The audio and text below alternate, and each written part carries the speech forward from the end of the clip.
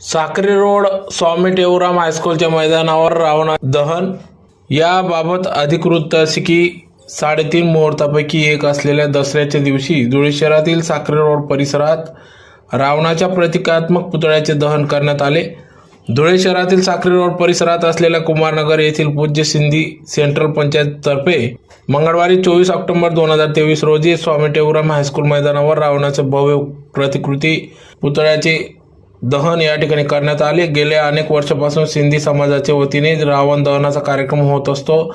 त्यासाठी यावेळेस सुमारे 65 फूट उंचीच्या रावणाची प्रतिकृती तयार करण्यात आली होती। रावण दहनाच्या अगोदर आकर्षक आतिषबाजी फटाक्यांची आतिषबाजी करण्यात आली। परंपरेनुसार सिंधी समाजातील लहान मुलांचे मुंडन संस्कार देखील यावेळी करण्यात आले होते। सिंधी पंचायत आणि सिंधी समाजाच्या वतीने कार्यक्रमाचे आयोजन करण्यात आले होते। तर यावेळी धुळे शहरातील परिसर